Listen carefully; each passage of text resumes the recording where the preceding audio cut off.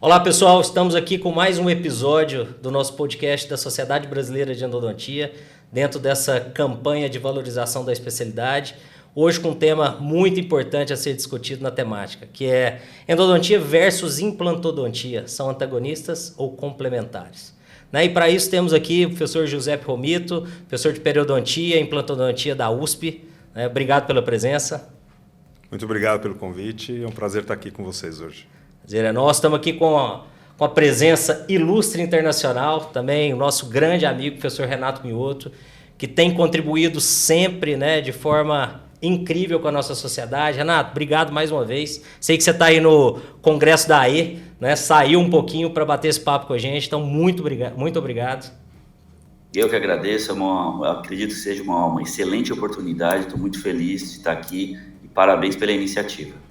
Obrigado. E nosso parceiro aí de gravações, Emanuel? Estamos aí gravando alguns episódios que serão lançados aí nas próximas semanas e obrigado pela sua presença aqui. Maravilha, meu amigo. Obrigado pelo convite, obrigado à Sociedade Brasileira de Endodontia pela oportunidade de estar aqui com vocês. Excelente. Então vamos começar nosso bate-papo e nada melhor do que soltar a pergunta tema do nosso podcast, que é endodontia e implantodontia. São antagonistas ou complementares? Então, acho que quando a gente fala do tema endodontia e implante, primeiro, de fato, eles não são antagonistas, são totalmente complementares.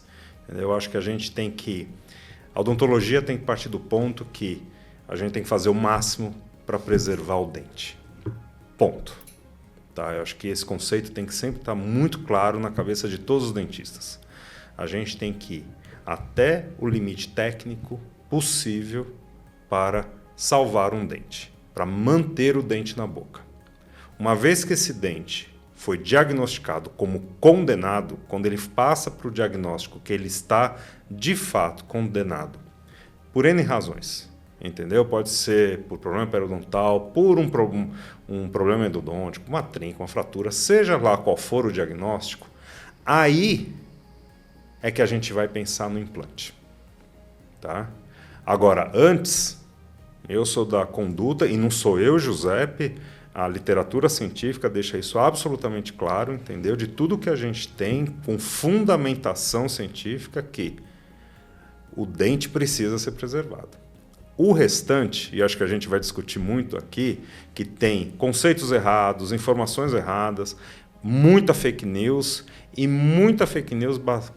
baseada em situações que vêm para confundir os profissionais que, infelizmente, não têm uma base muito boa e, principalmente, a população, que são os pacientes, aonde, acho que a gente vai discutir bastante isso, já vem com aquele conceito, aquela história, através das mídias sociais, de que, e eu já ouvi isso, não se trata endodonticamente, não se faz o canal do dente, por N razões, a gente vai discutir isso aqui entre nós, é melhor extrair o dente e colocar o implante. Isso, para deixar absolutamente claro, isso é criminoso. Ponto. O restante a gente vai discutir aqui, ciência, vai discutir casos, planejamento, a gente tem várias coisas que são passíveis de discutir. Agora, não é antagonista, é absolutamente complementar e cada um no seu momento. O implante vem no momento final, quando aquele dente, infelizmente, por N razões, ele foi condenado. Mas não condenar um dente, principalmente, como é o tema de hoje, porque não se deve fazer endodontia, não se deve fazer o canal do dente de forma alguma. Com os especialistas em canal, a gente pode até discutir a dificuldade de fazer alguns canais. Mas isso é outro assunto, é técnica. Mas conceitualmente, de forma alguma. Nós vamos ter até um episódio, nós vamos discutir essa evolução tecnológica na endodontia, mostrando as novas ferramentas que nós temos, que auxiliam no aumento de previsibilidade, enfim. Mas, Renato, me conta aí, qual o seu pensamento? Antagonistas ou complementares? Eu acho que é um tema muito, muito interessante que você levantou, porque a gente está vivendo um momento da endodontia, não só a endodontia, mas da odontologia, que todo mundo julga, Todo mundo coloca dedo para poder entender a necessidade de tudo. E junto com uma inundação de informação que a gente recebe de mídias sociais, aonde eles acabam numa tentativa de educar, deseducando, isso acontece muito, né? Porque todo mundo virou um influenciador dos seus seguidores e todo mundo quer influenciar os seus seguidores baseado nas suas próprias experiências, e aí começa a gerar um monte de equívocos. Eu acho que o primeiro ponto para a gente discutir, eu separei 2 pontos na minha cabeça aqui, porque eu concordo com o Giuseppe, se o dente está condenado, ele já está condenado. Não tem que a gente ficar tentando bater numa tecla aonde não há uma necessidade. Acaba sendo mais danoso para o paciente. E quando ele não está condenado, eu acho que vale, sim, tentativas dentro de todos os recursos que a endodontia já provou, que ela pode ter sucesso, para salvar aquele elemento dentário. Então, eu estou completamente alinhado. Eu acho que o ponto da discussão aqui é quando o dente está condenado, como julgar esta condenação? Porque às vezes é mais fácil falar que ele está condenado do que tratar, né? Então esse é um ponto a gente discutir para saber que muitas vezes essa condenação ela é oportunista, né, e não realmente efetiva, porque no começo essa condenação era financeira, né? O implante era muito caro, então vale a pena tentar a endodontia. Hoje, o implante não é mais um absurdo de caro. E aí acaba sendo julgado, mas aí custa mais barato eu tirar o meu dente do que manter o meu dente, ou do que tratar o meu dente. Então essa é uma sementinha aí para a gente discutir. E a segunda a endo tem sucesso? Né? Será que mesmo tentando salvar esse dente endodonticamente, ele vai ser salvo? Porque o que a gente vê sendo mal dito e espalhado é que independente que a endodontia seja mal feita ou bem feita, ela nunca terá sucesso.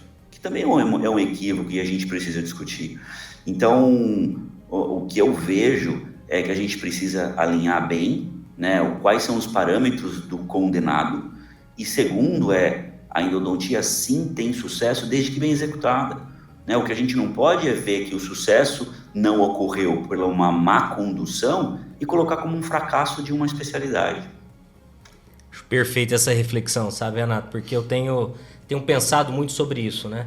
As pessoas têm transferido muitas vezes as suas limitações profissionais para os casos clínicos dos seus pacientes. Então, talvez o profissional não consiga realizar aquele procedimento e não quer dizer que aquele procedimento não deva ser realizado.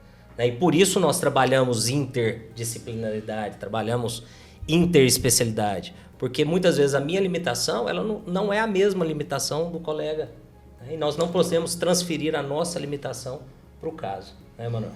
Eu concordo totalmente, e é muito interessante a gente ver essa visão de um implantodontista e de endodontistas convergirem para algo que eu tenho assim, desde a base do meu aprendizado, que o implante ele foi criado para substituir um dente perdido ou um dente ausente.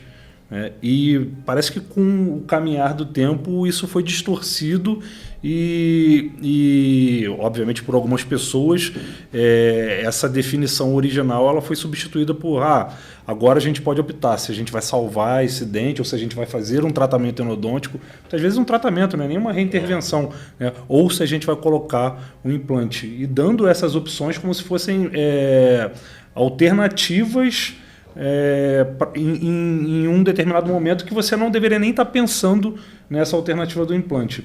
Isso daí que eu acho que a gente tem que discutir de uma maneira muito séria, de uma maneira embasada, sem esse distorcimento que aconteceu da ideia do implante como um substituto para um dente que você pode salvar, mas que o paciente pode optar por colocar um implante se ele quiser, se ele achar melhor assim.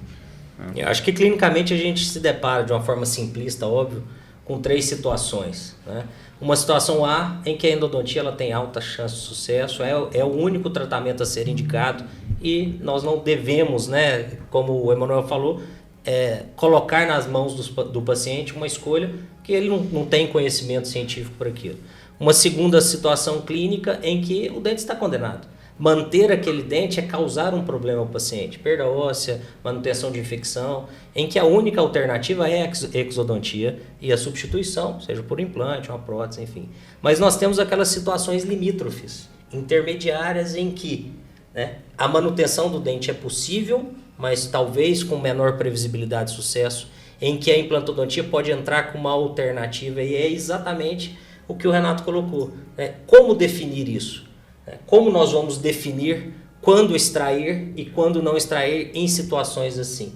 E talvez seja nesse momento que entra a famosa odontologia baseada em evidências, né? Em que você traz todo o embasamento científico fundamental para qualquer passo clínico, etapa clínica, mas que também você leva em consideração a sua experiência clínica e a vontade do paciente. Claro. Entendendo, colocando para ele riscos, vantagens, desvantagens, né, de se manter ou não esse dente.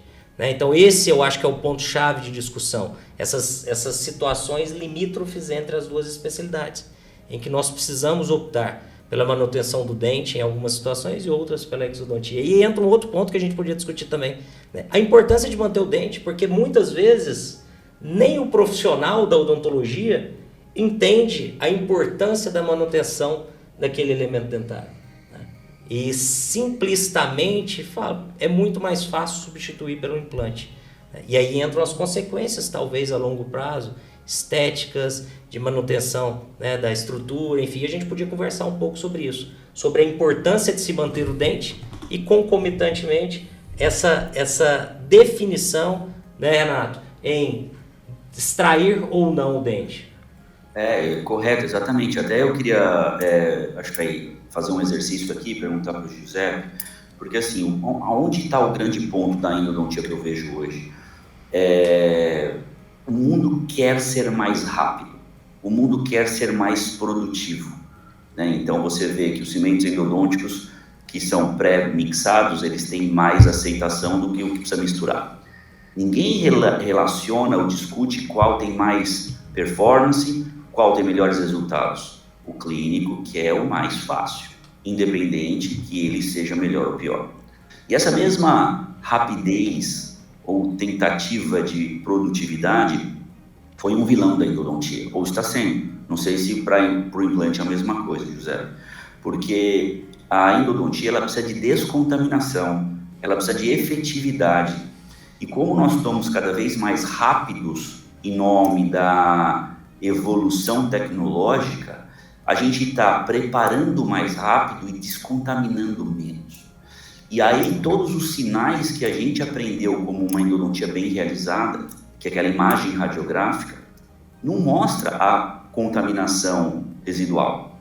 Então acaba tendo uma imagem de endodontia bem realizada fracassando.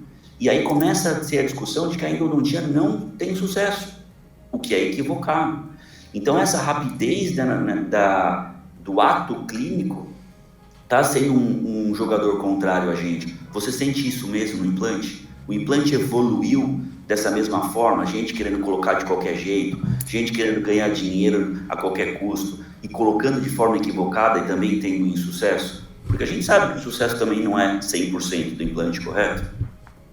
Sim, sem dúvida, Renata. Eu vou pegar um pouco, vou voltar um pouquinho atrás e pegar o que o Emanuel falou lá em relação...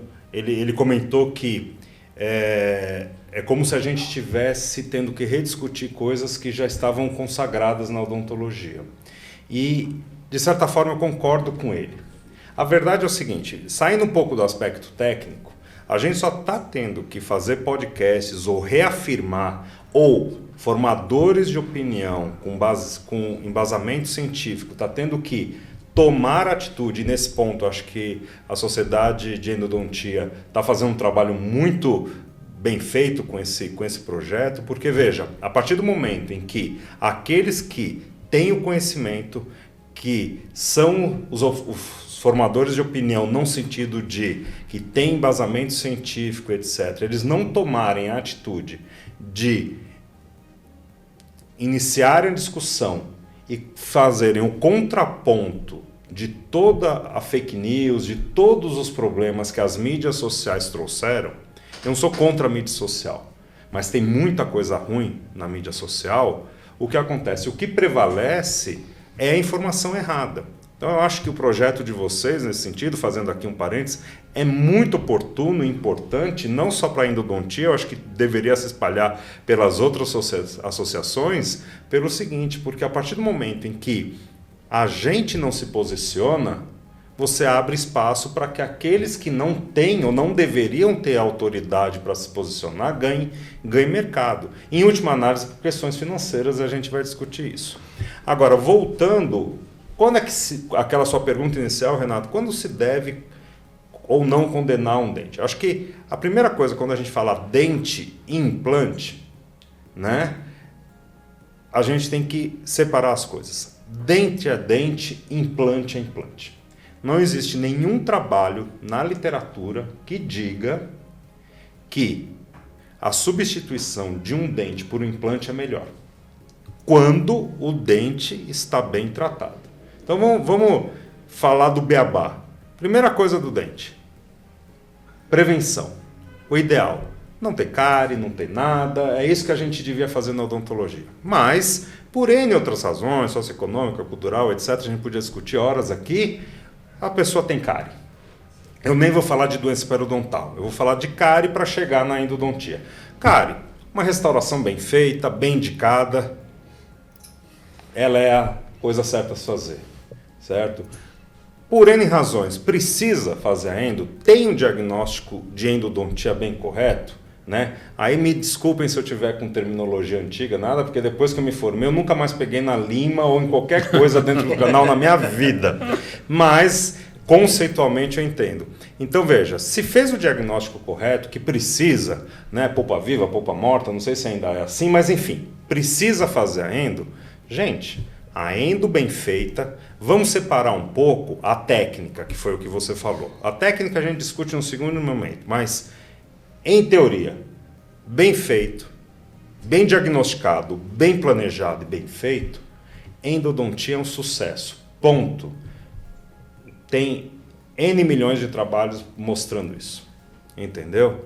Então, a gente pode discutir depois com pino, sem pino. Não vamos entrar nisso, mas quem põe o pino, mas precisa pôr o pino, põe o pino junto, não fora. E depois uma restauração bem colocada, bem indicada, né? Porque, veja, vamos fazer um parênteses. Faz o canal bem feito, põe um pino bem feito e põe uma resina mequetrefe. O paciente morde, quebra, a culpa é da endo. Ah, é porque o canal foi... como é que falam? O dente ficou mais friável, mais seco. O diabo aí que falam, quebrou. Aí joga a culpa na endo. Pronto. -1 para endo. Não é? Aí... fazem a restauração, não fazem a adesão direito. Daí infiltra, não sei o que lá. Aí dá uma infiltração secundária na endo, que não tinha nada a ver, só está coitada ali sofrendo secundariamente. Ah, mas é sempre o canal o problema do dente. Não. Isso vai sendo construído até que chega nas bobagens que a gente vê hoje em dia, de que a necrose pulpar tem bactérias que leva para não sei aonde. Gente, se fosse assim, periodontia matava, e não mata. A quantidade de bactéria que tem na endo, na maioria dos casos, isso é para o organismo, né? Parece que o organismo está passivo, né? A bactéria está lá, ela domina tudo e vai matar o paciente. É um monte de bobagem, né, que se fala, né? E até para vir para o podcast eu fui atrás de ver de onde vem isso. Isso vem lá do século passado, do começo do século passado, e alguém requenta uma história, a mesma coisa que na periodontia, que é querer requentar a história da infecção focal, né? Bobagem absoluta. Mas enfim, então eu acho que a gente tem que separar o seguinte: o dente, ele, partindo do princípio que todas as etapas, seja endo, seja restauração, etc., são bem feitas, conforme os guidelines de cada um que vai mexer nesse dente, seja endo, seja quem põe o pino, seja quem faz a restauração, seja quem faz a coroa, a porcelana e a oclusão. Se todo mundo seguir seu papel, que é básico na odontologia, esse dente vai ficar por anos e anos na cavidade bucal. Ponto. Certo? Agora, é fato que existe o outro lado, que foi como vocês colocaram. Então isso seria teoricamente. certo? Agora vamos para a prática. A prática envolve o quê? Técnica, como você colocou, Renato. E técnica exige o quê? Curva de aprendizado. Se eu me meter a fazer um canal, eu tenho 30 e poucos anos de formado, mas eu nunca fiz um canal na minha vida. Se eu fizer um canal, a chance de dar errado é 100%. A culpa de quem é? Da endodontia? Não. A culpa é de quem se meteu a fazer o que não podia. Então você tem que avaliar tecnicamente. Aí eu concordo com você. Odontologia baseada em evidência. Melhor evidência científica a gente tem. O canal tem que ser tratado. Melhor técnica é o do profissional. E a nossa profissão, ela é técnica. Nós somos cirurgiões dentistas. A gente não é só dentista, a gente é cirurgião dentista. A palavra cirurgião invoca o quê? Habilidade técnica. Então, e essa habilidade técnica, ela depende de uma curva de aprendizado. E essa curva de aprendizado, ela leva um tempo para se desenvolver. E ela está diretamente relacionada ao sucesso do procedimento. Entendeu? É uma coisa que pouco se é discutido, mas é fato. Um profissional da área de endodontia, que faz endodontia há 30 anos, com sucesso, ele tem muito mais chance de dar certo mesmo do que aquele jovem especialista que faz 2 anos. Ele é capaz, ele pode, mas daí vem o que você falou, a gente tem situações limítrofes que é operador dependente, não tem jeito, entendeu? Todo endodontista é igual? Não, tem N variáveis, isso é técnica. Entendeu? Eu concordo com você. Eu vejo que no implante também, né? Se você conduz erroneamente a técnica, você também tem uma chance de perder o implante, do insucesso. A endodontia, ela sofre porque o implante, ele acaba sendo uma solução após a endodontia. E a solução após o implante fica um outro implante ou fica uma situação. Então a endodontia sofre muito porque é mais fácil para eles falarem: então tire, põe um implante. Né? Essas limitações que a técnica traz faz com que eles desistam mais facilmente da tentativa. Pelo menos a gente vê assim. Mas eu concordo 100% com o que você falou. Mas, Renato, aí eu vou ser um pouco mais agressivo, e aí existe um erro de formação de base da odontologia, que é o seguinte: eu não gosto de comparar, mas é fato. Quando a gente compara com a medicina, o que acontece? O médico, ele não condena uma perna, ele não condena um braço, porque ele tem o quê? Uma alternativa em fibra carbono que é boa. Se a gente comparar dessa forma, a gente vê de outra forma. Mas na odontologia, o próprio dentista, ele condena muito fácil um dente. Por quê? Porque não tem uma repercussão, a princípio, de morte ou de uma outra questão. Mas ele condena o dente muito facilmente, o que está errado em termos de formação. Entendeu? Então, veja, e quando a gente pensa nisso, existe toda uma sequência de eventos que é o que traz também os problemas. Porque o profissional dentista, ele já sabe, ele já vem de uma formação, infelizmente, de pouca responsabilidade. A formação do estudante de medicina, ele sabe que em algum momento, se ele não fizer direito, ele pode matar uma pessoa. A gente não. Perder um dente, o que não deveria ser, porque perder o dente, entre aspas, para o dentista é a morte. E aí joga em cima, volto a dizer, e dentro da dentística, estou falando dentística no sentido do dente, de tudo, seja já restauração, etc., a endodontia, como tecnicamente ela é a mais difícil, pelo menos é o que eu entendo, ela precisa da maior curva de aprendizado, certo?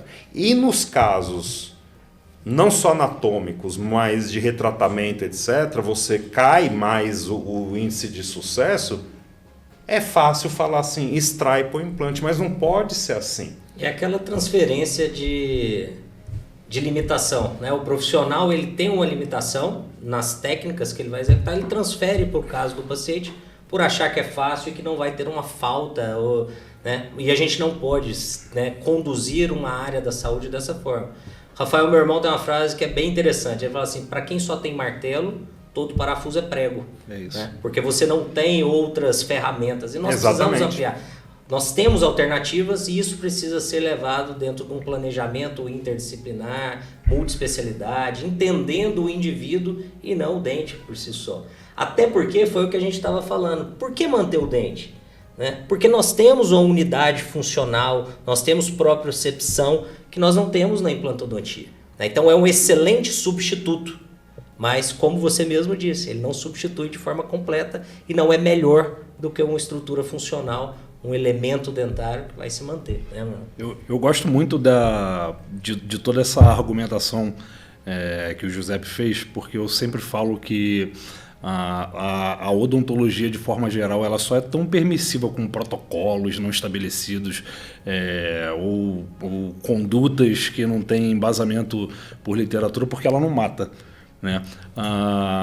Mas ao mesmo tempo eu quando decidi fazer odontologia e quando eu decidi fazer endodontia, eu decidi isso daí porque eu quero salvar dentes, né? Então se eu perco um dente que era passível de ser salvo, obviamente com previsibilidade, com uma certa margem de segurança do tratamento, eu me sinto um derrotado, porque eu estou falhando na minha missão. Eu não estou matando o paciente, mas eu estou não cumprindo o meu objetivo, que era de tentar salvar o dente. Então eu gosto muito disso, eu sempre repito isso daí, a odontologia é permissiva porque não mata, né? Porque se matasse, a gente estava lascado com esses protocolos todos que a gente faz e tudo mais, até com as indicações incorretas, etc. Então eu acho que isso daí é uma coisa interessante. Um outro aspecto legal é ver essa visão do implantodontista, um implantodontista instruído, formador de opinião, né? Ver que não existe esse embate, né, da implantodontia com a endodontia. E eu tenho visto isso daí com indicadores, com colegas que são bem instruídos.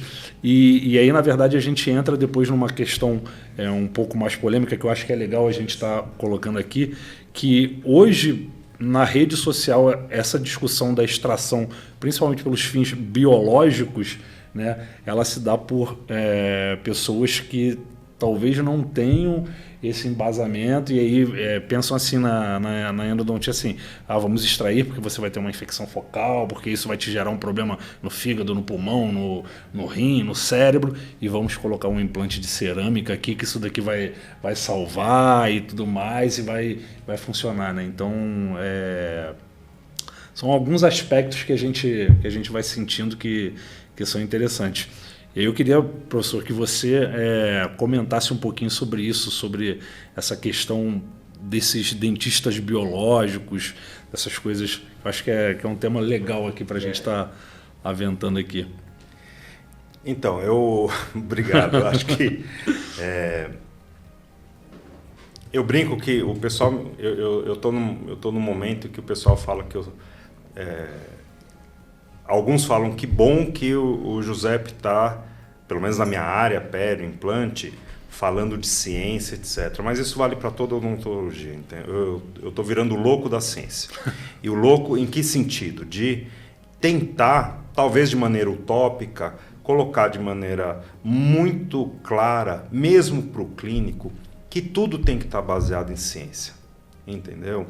Então, quando a gente fala da endodontia, eu vou chegar nos dentistas biológicos, quando a gente fala da endodontia, mais uma vez, a endodontia, ela tem uma base científica, uma evidência científica, porque quando a gente fala em evidência científica, a gente não está falando de um ou dois trabalhos, a gente está falando do conjunto que a ciência nos trouxe, entendeu? De mostrar que a endodontia, ela é sucesso absoluto. Previsível E ponto. Concordo com o Renato que foi outra coisa que me desculpe se eu estou entrando numa seara que talvez eu não esteja muito correto, mas o que eu vejo da endodontia, eu classifico em duas áreas. Primeiro, vamos deixar muito claro. O tratamento endodôntico, tratamento de canal, ele é sucesso e previsível, quando bem diagnosticado e bem executado tecnicamente. Ponto. Eu acho que essa parte não existe discussão, isso está baseado em ciência e pronto. Agora, o que tem evoluído na endodontia, entendeu? O que são? São aspectos técnicos e tecnológicos, que aí eu não vou saber detalhar, mas eu entendo que, por exemplo, tudo que hoje a gente tem de tomografia, de imagem, etc., vem ajudar em quê? No diagnóstico, no plano de tratamento, entender, né? Eu vejo, sou só curioso, hoje com tecnologia você vê lá dentro do canal, vê a curva para cá, vê curva, nem sei se já está vendo o canal acessório para cá, ali, enfim, né? Os materiais, a forma como tira, limpa e descontamina, eu acho que isso é uma evolução natural, uma evolução constante. E que às vezes, nesse processo, eu não estou falando da endo porque eu não tenho conhecimento profundo, mas que às vezes nesse processo a gente pode ter idas e vindas. Em que sentido? Você propõe, sei lá, usar um medicamento ou um descontaminante A que parece ser promissor, mas que se usa e a ciência mostra que o resultado... volta para trás. Mas isso não condena a endodontia, porque ela já está estabelecida. Está entendendo que ela é sucesso e previsível.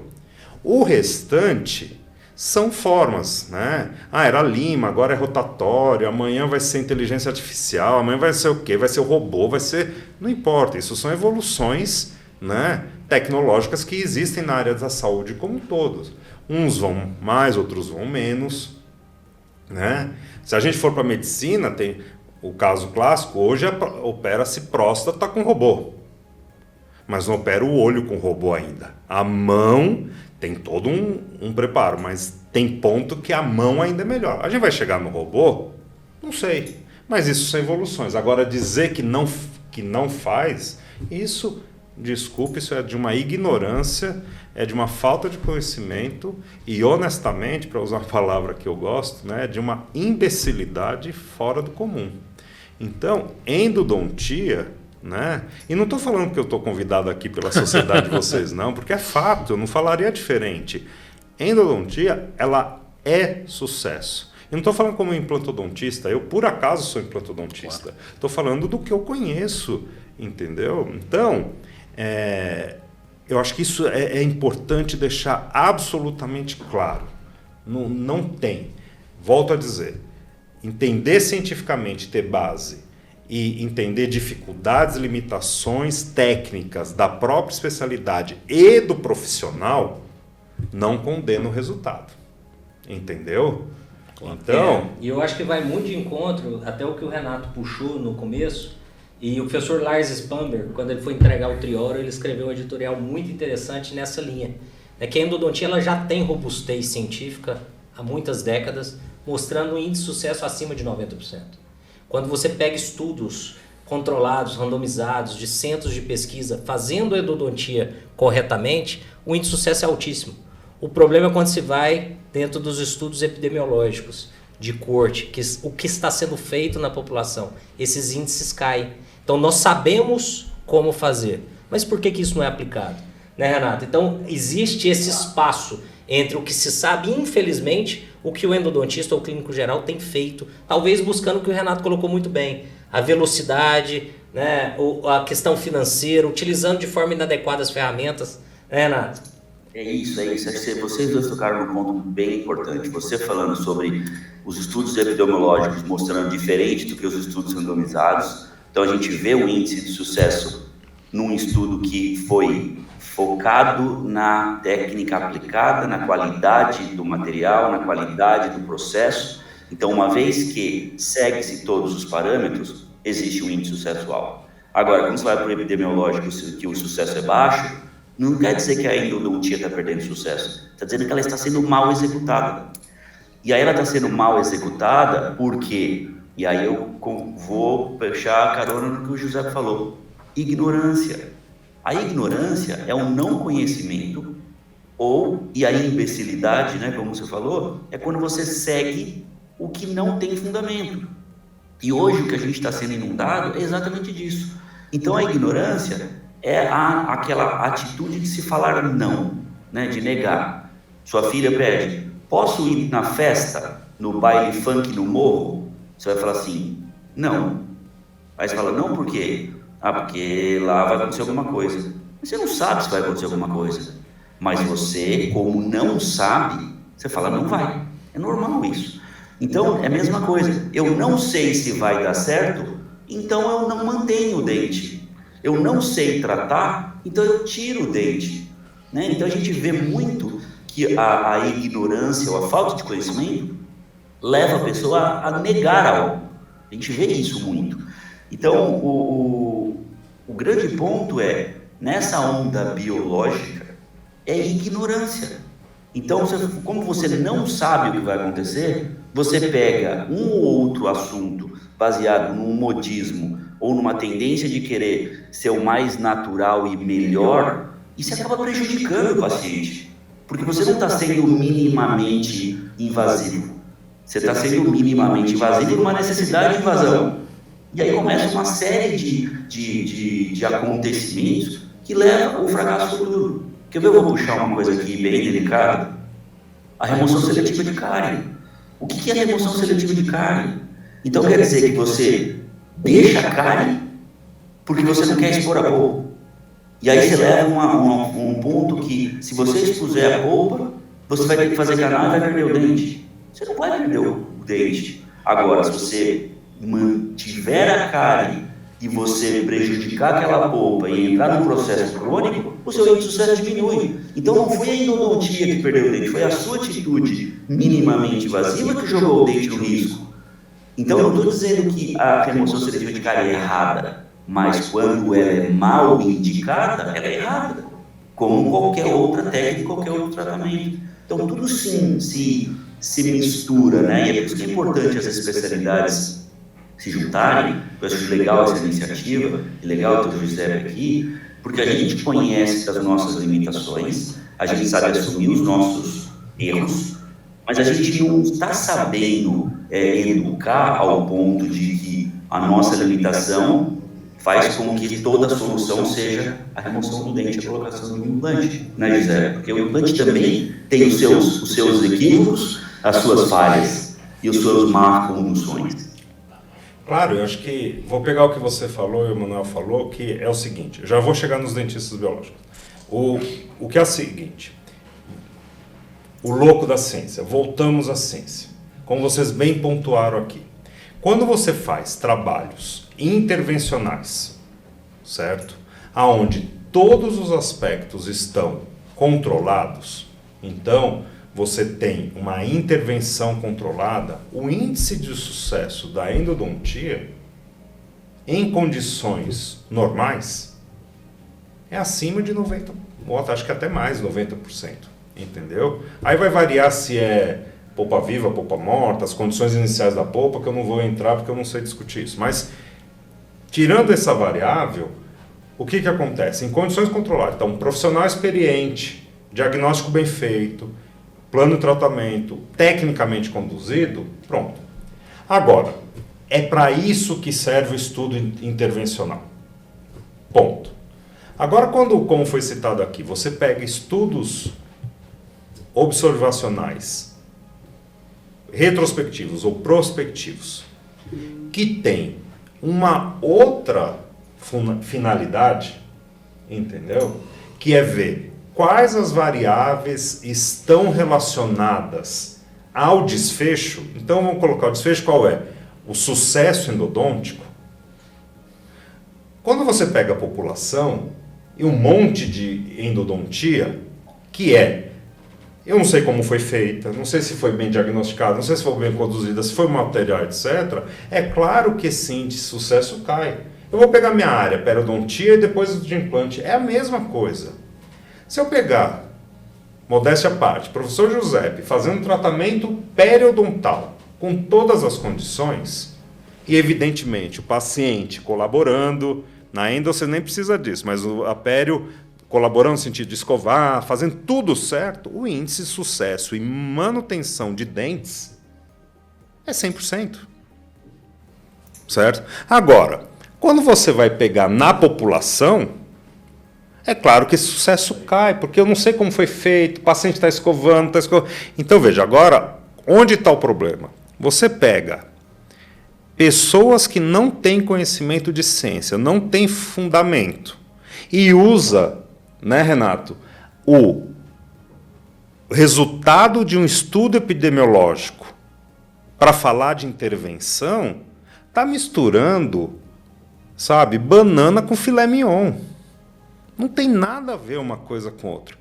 Mas daí vem naquela outro problema do profissional mal formado que fala assim, ele põe um trabalho como está publicado, como isso é sucesso, isso é verdade. Verdade absoluta. Não é, porque você tem que interpretar qual é o objetivo daquele trabalho, qual foi. Então, a pessoa, eu já vi pessoas apresentarem, foi publicado, case series, seleção de... Série de casos, desculpa, me fugiu. Série de casos é o início, não demonstra nada, aquilo é uma possibilidade futura, mas vai no congresso, mostra, e pior, eu fiz no meu consultório, aí começa a afundar, né? Mas isso vende, né? Eu fiz no meu consultório, esses 10 casos, colocando titica de galinha dentro do canal e deu certo. Gente, isso não é... Primeiro, não vale nada, não é intervenção, isso é uma informação que, no máximo, pode falar, será que vale a pena estudar titica de galinha como material medicamentoso para o canal? Aí tem que começar Vou te interromper, e já até estudaram isso, tá? Bauman lá atrás, se eu não me engano, 1900 Não, eu falei titica de galinha porque... E era titica de pardal. Então, mas eu falei porque, como antes de vir para cá, eu fui ver de onde vinham algumas bobagens, aí eu vi que tinha alguma coisa de passarinho. Eu não chutei Enfim, então veja, saber passar informação, mesmo científica, de maneira correta e saber interpretar, isso não é para todo mundo, entendeu? E daí as pessoas usam a informação, mesmo publicada, mesmo científica, de maneira errada. Aí vem o que o Renato falou. Pega um estudo epidemiológico, que pode ser um estudo até com muita gente, cálculo amostral, tudo, e fala que olha como o sucesso da endodontia é baixo. Está errado. Tem nada a ver com a técnica e com o procedimento. Primeiro, tem nada a ver com o procedimento paciente profissional na cadeira, que é outra coisa, é outra discussão. Mas usa essa informação e passa essa informação. Aí começa a aparecer, Renato, aí uma coisa, a desinformação vem puxando a outra, e aí cada um constrói a sua história e chega no último ponto, como é a informação, se eu não estou enganado, uma das mais recentes, que até chega para mim, né? Porque assim, como eu fiquei o louco da ciência, todo mundo que vê esses vídeos de dentista falando bobagem, encaminham para mim. E se vocês virem, pode encaminhar para mim, porque eu estou montando uma aula com isso. Né? Acho que eu vou ser muito processado, mas enfim, o que acontece? Aí uma coisa vai puxando a outra e chega no final, a coisa vai ficando descontrolada, chega no final e fala o quê?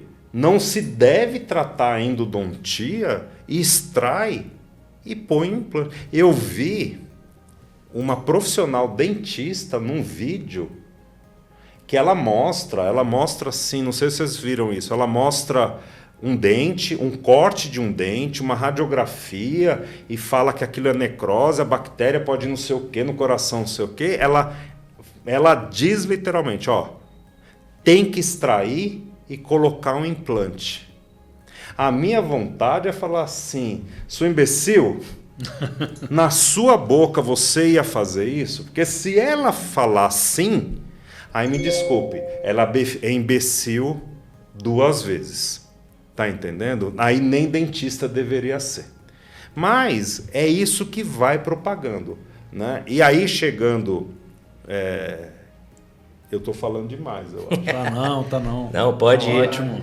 Porque eu acho o seguinte, nós vivemos hoje que o que deveria ser a era da informação virou a era da desinformação. Então, o que precisa ser desenvolvido hoje, eu acho que como uma das principais competências, desde o aluno da graduação, passando pela pós-graduação, na formação do profissional, é o senso crítico. É entender e analisar criticamente a informação. Porque esse está sendo o grande problema nosso. Né? Nós vamos entrar agora nessa seara sobre uma pseudo-especialidade que foi criada na odontologia, que é o dentista biológico, né? Em que de biológico não tem nada, porque ele propõe a substituição do biológico pelo biocompatível. Né? Então nós deveríamos, já está conceitualmente equivocada essa pseudo-especialidade que não é reconhecida por nenhum órgão oficial, porque ela não existe, né? Mas que prega a substituição do que é biológico pelo que é biocompatível, sem nenhum critério do que a gente conversou aqui. Né? Então eu acho que nós estamos vivendo um momento complicado, delicado da especialidade, da odontologia como um todo, porque como você muito bem colocou, Giuseppe, são profissionais que estão disseminando essa má informação. Né? Algo que em alguns casos chega a ser criminoso, porque você propõe mutilar um paciente. Extrair um dente que não tem nenhuma indicação de exodontia é propor mutilar esse paciente. Né? Com informações equivocadas, baseadas em estudos talvez antigos, informações pinçadas, né, de determinadas informações científicas, sem essa robustez que nós já temos de informação. Né, Manuel? Então, assim, até a implantodontia tem sido atacada, eu tenho visto, com a substituição de implantes já bem ósseo-integrados em função pelos implantes, né, de cerâmica e tal. Então, né, são propostas de tratamento para o paciente que são criminosas realmente, não é isso? E eu acho que... Veja, a gente está numa fase onde, como você bem colocou, com tanta informação, o pêndulo foi para o outro lado, foi a desinformação. Né? Exatamente. E aí, essa desinformação, ela vai criando o quê? Uma condição, isso vale para todos os aspectos da nossa vida, que é o famoso algoritmo. Então veja, quando você clica num dentista biológico, o algoritmo entende que você clicou. Aí você curte. E aí você é direcionado para vir mais informação. Então, quando você menos espera, isso vale para todos nós, que é um reflexo das mídias sociais, a gente está vivendo numa bolha de informação que concorda com aquilo que você tem clicado. E aí, se você não tem o senso crítico, como você bem colocou, você vai acreditando que aquilo é uma verdade. E isso vai se propagando. Tá entendendo? Então, a gente tem que tomar muito cuidado com isso. E na odontologia não é infelizmente, um privilégio da odontologia, mas todas as áreas de saúde, e acho que todas as áreas, mas vamos falar da odontologia, eu brinco que no mercado, se você embalar bem, você vende rosário para vigário. E o vigário compra. Então, veja, você cria questões ou ideias que não têm embasamentos nenhum na área da saúde, você não tem embasamento científico nenhum, mas a verdade é que existe uma fatia dos profissionais, infelizmente, e pior, da população que compra. Então veja, a verdade é que, vamos falar dos dentistas biológicos, né? Mais uma vez, a minha palavra, outra imbecilidade criada. 100% imbecil, entendeu? Mas eu não posso deixar de entender que uma população de profissionais e uma população de pacientes compra aquilo, né? Eu não vou entrar em outras áreas para não criar muito polêmica, né? Mas isso é fato, isso eu acho que é do ser humano.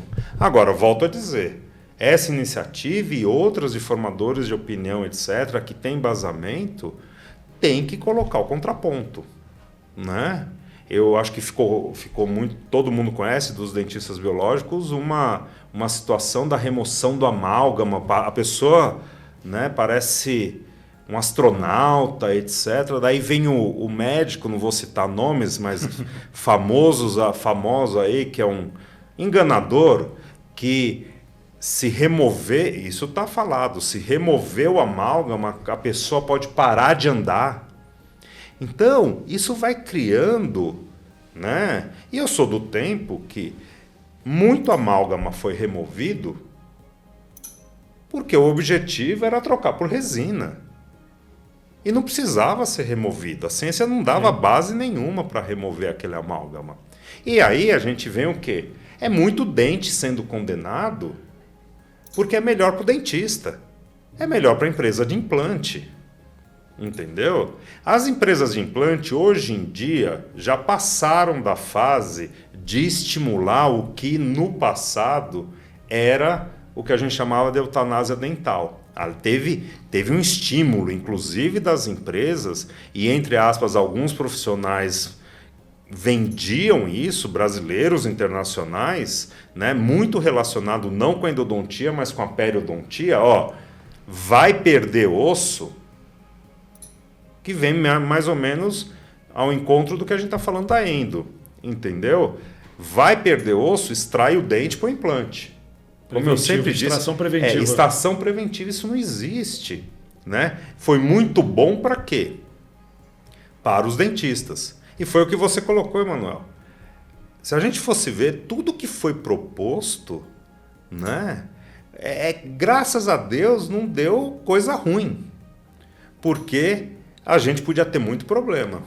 E a gente tem começado a ter problema por causa da periimplantite, que é outra discussão. Entendeu? Que é uma doença que eu digo que o dentista inventou. É a única doença inventada por um profissional da saúde. Porque a gente que está colocando não é natural. Então, veja, a gente tem que tomar muito cuidado com isso, com esses modismos, né? Eu vejo nas mídias sociais, como você citou, né? É que eu não tenho esse perfil, mas se eu começar a malhar, colocar uma blusinha, um músculo, um penteado bonito, etc., e começar, né, colocar um monte de faceta branca nos meus dentes, né, e começar, é claro que eu começar a falar bobagem, mas bem embalada, etc., vai ter mercado. E repetida, né, José? Eu acho que o grande ponto também é que o que está acontecendo hoje é o que se consagra algo não é mais o estudo longitudinal, não é mais o acompanhamento de caso, é a repetição, né? Se todo mundo falar a mesma coisa, começa a virar verdade. E por que isso acontece? Porque o logaritmo das redes sociais, ele vai te jogar para aquilo que você está buscando. Ele não vai te jogar para aquilo que é verdade. Ele não vai jogar aquilo que é útil. Ele vai te jogar para aquilo que você quer ouvir. A gente está vivendo esse mundo. Na época que a gente era moleque, a gente assistia o programa de TV que passava na TV. Agora a gente assiste o que a gente quer. Então o mundo hoje vê o que quer, não vê o que é certo ou o que é errado. E isso vem no conflito, né? Aonde as pessoas se informam? Na rede social, e aí a rede social não tem fundamento, muitas vezes tem, e aí tem gente que já aprendeu que o PubMed é uma biblioteca de resposta para o que você quer, não para aquilo que precisa ser a resposta, porque você acha publicação dizendo que o A é melhor que o B, e você acha dizendo que o B é melhor que o A. Você acha dizendo que o azul é mais azul que o outro azul, você acha dizendo que o azul é mais azul que o vermelho, você acha o que você quiser. Você cria o raciocínio baseado em ciência em ciência que não tem sentido. Porque não é porque está publicado vira verdade. E muita gente usa essa informação. Não, mas isso aqui está publicado. Tudo bem, mas quanto? Manuel, você que é um cara que publica muito, quanto tem na ciência de publicação errada? Muito. Não é verdade? Tem muito. E a gente não pode esquecer que ainda é uma consequência de algo. Ela dificilmente é a causa. Ela é uma consequência de uma condução mal feita, de uma restauração mal feita, ela é a condução de uma oclusão mal feita. Então, a falha da endo, claro que ela tem o seu erro, né, depois que você tratou, mas para você chegar a ter que tratar um canal, é uma consequência de algo da odontologia. Então, isso tudo precisa ser discutido para a gente chegar realmente e confirmar para as pessoas vamos buscar realmente a informação correta para atender o paciente da forma mais correta. Não buscar modismo, né, que a gente vê tudo por aí. A minha sobrinha, ela é nova, ela vive no TikTok. Ela fala, tio, eu vi isso aqui que é bom, né? Onde você viu isso? No TikTok. Porque tá no TikTok, tá certo? Não, mas todo mundo tá falando. Então, a consciência dela é que é certo pela repetição, não de todo mundo, mas de quem ela segue e do que o logaritmo jogou para ela. Então, olha onde a gente está chegando no que educa as pessoas. E a odontologia está nesse meio, a medicina está nesse meio. E essa biologia do biológico está trazendo que determinados componentes são maléficos para a saúde. Só que ninguém regula e ninguém discute de que tudo nessa vida pode ser remédio ou veneno dependendo da dose da indicação. E aí vira um mundo que cabe uma discussão para a gente fazer 200 podcasts para isso. Isso é perfeito, Renato. Essas bolhas que foram formadas, um exemplo muito claro é a política, né? A polarização que existe hoje no Brasil, ou você é do time A ou do time B, isso acontece em todas as áreas. Né? Então, se você começa a seguir uma linha, você acaba, né, tendo informações só naquele sentido. A gente teve um episódio muito recente nas mídias que repercutiu, né, de forma muito grande, com o professor Jaime Cury. Eu ia falar, né? exatamente uma isso. coisa assim que chegou ao absurdo, né, da pessoa não conhecer o Jaime Cury e criticá-lo e pedir para ele estudar. Mandar estudar flor. Então, assim, com a crítica que está havendo, né, de alguns pseudo-profissionais, porque a gente não pode nem chamar como profissional uma pessoa que não estuda, né, e pede para aquele que construiu todo o conhecimento que a gente tem hoje sobre o assunto para estudar um pouquinho mais, né? Então vai estudar nos seus próprios livros, nos seus próprios artigos, provavelmente. Mas é uma falta de senso crítico, e o Renato colocou muito bem, e é uma característica, talvez hoje, da população, que a academia precisa entender. Os profissionais que produzem ciência, talvez eles precisem entender onde informar ou como levar essa informação para a grande população. Esse é um objetivo nosso aqui, por exemplo, desse podcast, a gente começar a discutir e tentar, né, popularizar mais e democratizar a informação, e esse é um grande desafio. E aí eu queria entrar para a gente, né, caminhar aí para o nosso final, para o nosso podcast não ficar muito extenso, quais os desafios que nós vivemos hoje e como nós podemos chegar a essas pessoas de uma forma saudável, levando a informação correta, estimulando o desenvolvimento do senso crítico dos nossos colegas dentistas e também da própria população. Bom, para o profissional de odontologia, eu acho que falta um pouco do conhecimento do método científico. E aí isso tem que vir desde de uma graduação, no qual a gente tem que discutir cada vez mais isso daí. Existem disciplinas próprias para isso, mas talvez a gente não esteja dando a devida importância para essas disciplinas, que eu acho que elas devem regrar aí o restante do curso. E, obviamente, para aqueles que já passaram por uma graduação, nós, formadores de opinião, a gente tem que talvez tentar mostrar como esse método científico ele é importante para a conduta dentro do consultório dessas pessoas. Para a população de forma geral, eu acho que falta a gente fazer um pouco a translação daquilo que a gente vem achando por meio de pesquisas e por estar inserido dentro de universidades ou dentro de empresas, mas dentro desse mundo, de uma forma simples, de uma forma que a gente consiga fazer com que essa população esteja visualizando, e aí isso daí envolve toda uma questão de mídia digital e tudo mais, e obviamente essa iniciativa aqui da Sociedade Brasileira de Endodontia, ela também objetiva atingir a população de forma geral, e para nós eu acho que talvez seja importante uma renovação de comunicação, né? A gente tentar falar isso numa linguagem um pouco mais simples, numa linguagem pro leigo, para que ele entenda as verdades e as mentiras que existem na odontologia. Acho que esse é um exercício difícil de ser feito muitas vezes, né? Até para as pessoas que somos, querendo ou não, técnicos na área, a gente muitas vezes tem dificuldade de fazer essa translação para uma linguagem leiga, mas é algo que a gente tem que fazer diariamente.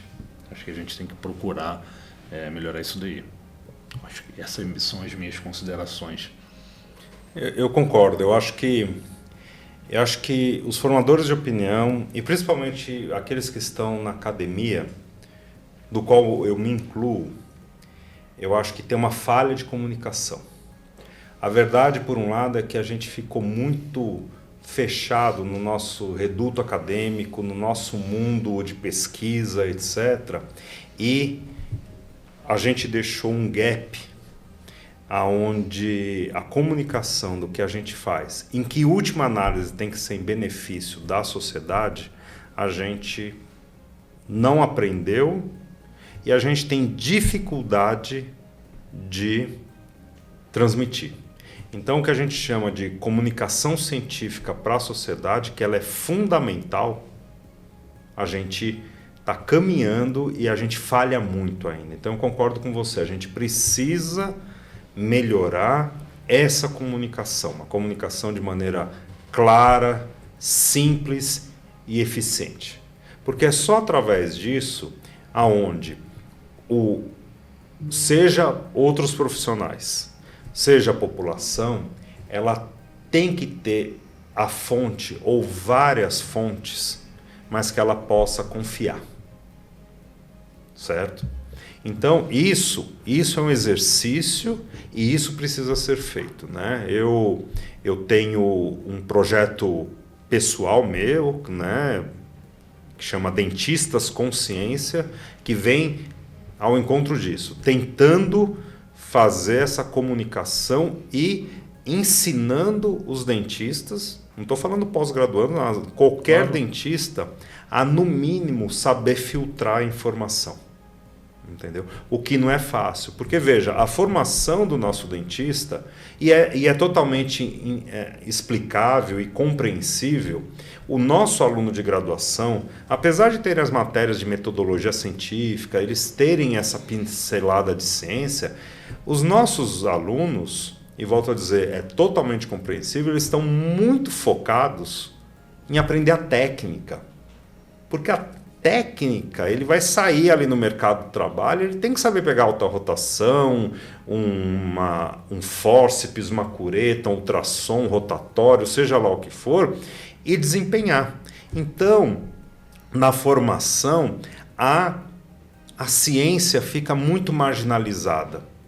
Porém, o que acontece é que essa conduta, ela continua pela especialização, ela continua na vida da pessoa. A pessoa vai muito atrás da técnica, entendeu? E como eu disse, e hoje em dia, se isso ainda vem embrulhado com todo o arsenal de mídia que existe hoje para a venda, a pessoa compra. Sem fundamento, sem nada, tudo que a gente já falou aqui. Então eu acho e concordo que a nossa comunicação, e a gente tem que ocupar esse lugar. Não adianta, eu sou professor universitário da Universidade de São Paulo. Se a gente não entender que esse professor tem que sair da sua zona de conforto interna, dentro da pesquisa, dentro do PubMed, como o Renato colocou, etc., e se a gente não souber se comunicar e ocupar esse lugar, a verdade não pode reclamar de outros estarem ocupando o lugar, né? Então isso é fundamental. Então eu volto a dizer, eu já disse lá no começo, digo agora para finalizar, essa iniciativa da Sociedade de Endodontia, Sociedade Brasileira de Endodontia, que através desses podcasts e de outras questões, acho que vocês estão fazendo, é fundamental.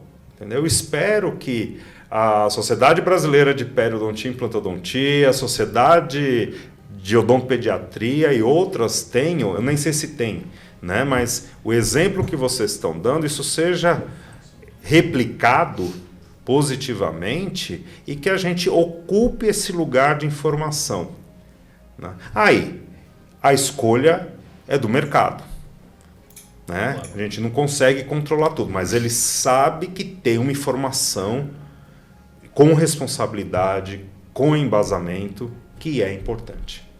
Então, e que é segura. Isso é fundamental.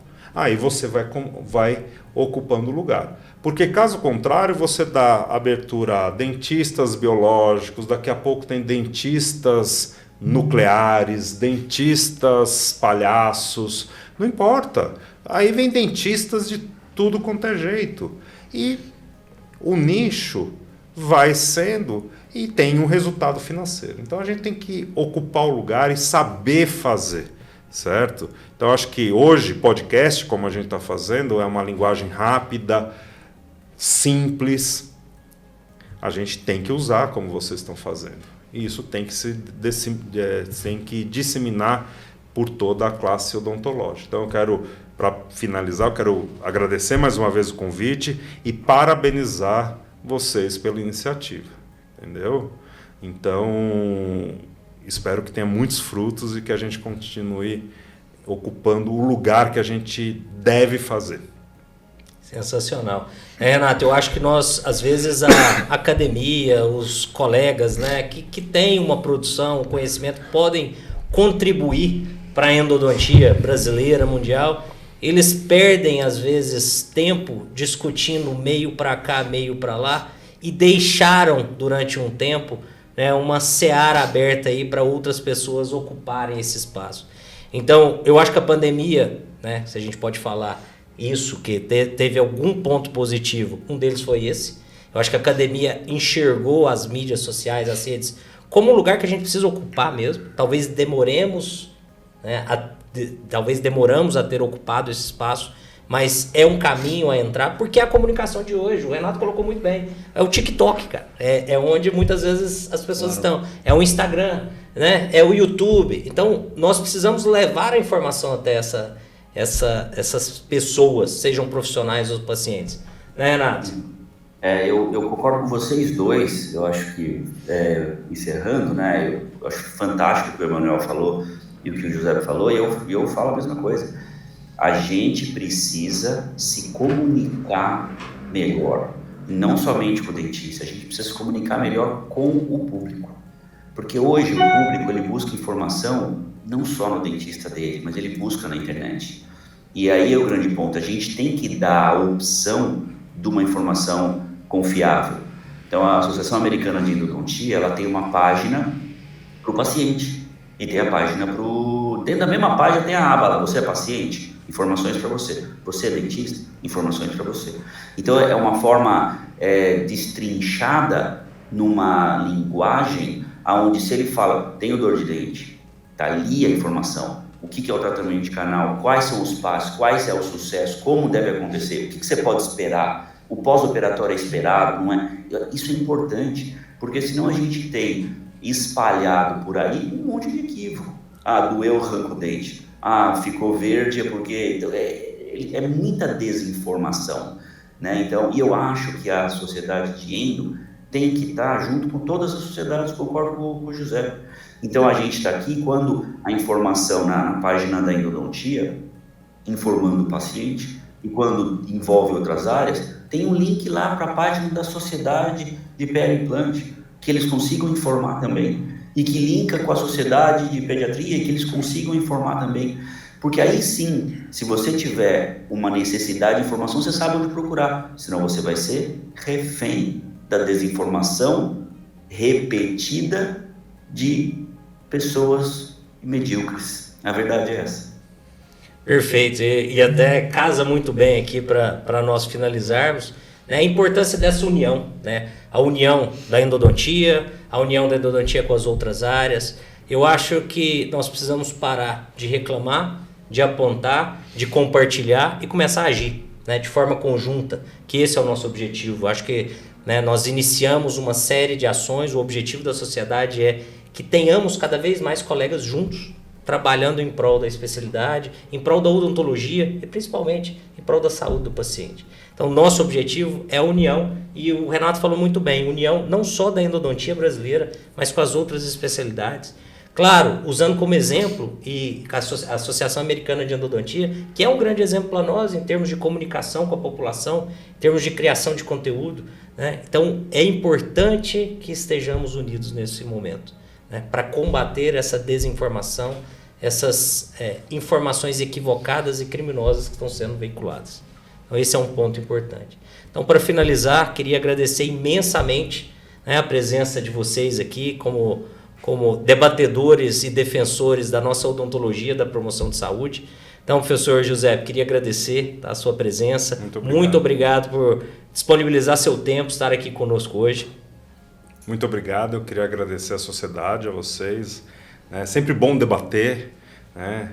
É um assunto que eu sou apaixonado, né? E no fundo foi o que você falou, para a gente melhorar o nível dos cirurgiões dentistas, a gente melhorar o nível da odontologia e, em última análise, a gente dar um retorno em termos de saúde para os nossos pacientes com uma melhor perspectiva, não baseada em desinformação. Então, muito obrigado e parabéns pela iniciativa. Nós que agradecemos. Renato, muito obrigado por sair aí do evento, sei das suas atividades, são muitas, e poder mais uma vez, né, contribuir com a sociedade, contribuir aqui com a endodontia brasileira. Você sabe a importância que você tem para todos nós aqui, então obrigado mais uma vez pela sua participação. Eu que agradeço, Daniel, é um privilégio estar aqui. Obrigado por ter a oportunidade de discutir diversos assuntos com vocês. Um prazer estar aqui com o Giuseppe, um prazer estar aqui com o Emanuel, pessoas que eu admiro demais. E você, Daniel, você deu uma cara muito melhor para a sociedade, desde o início, quando as ideias, né, virtuais, as ideias de disseminar melhor a informação, e agora consagrando com essa série de podcasts, está fazendo a sociedade muito mais útil, tanto para o endodontista, como adquirindo informação para também a gente poder educar o paciente final. Então, muito obrigado por essa oportunidade, parabéns pela iniciativa e parabéns pelo que você está fazendo. Poxa, muito obrigado, meu amigo. Emanuel, obrigado aí pela parceria, por estarmos juntos aí nessa série de podcasts. Maravilha. E por disponibilizar seu tempo também para a gente falar um pouco sobre endodontia. Maravilha, obrigado, Daniel. Obrigado pela oportunidade. Eu acho que a mensagem final que fica aqui é: confie na endodontia, confie na implantodontia, confie na boa odontologia. Acho que é isso que é o recado que a gente consegue passar aqui hoje. Muito obrigado mesmo pelo convite. Perfeito, meu amigo. Cirúrgico, como sempre. Então, agradeço aí a audiência de todos vocês e estaremos juntos no próximo episódio. Grande abraço.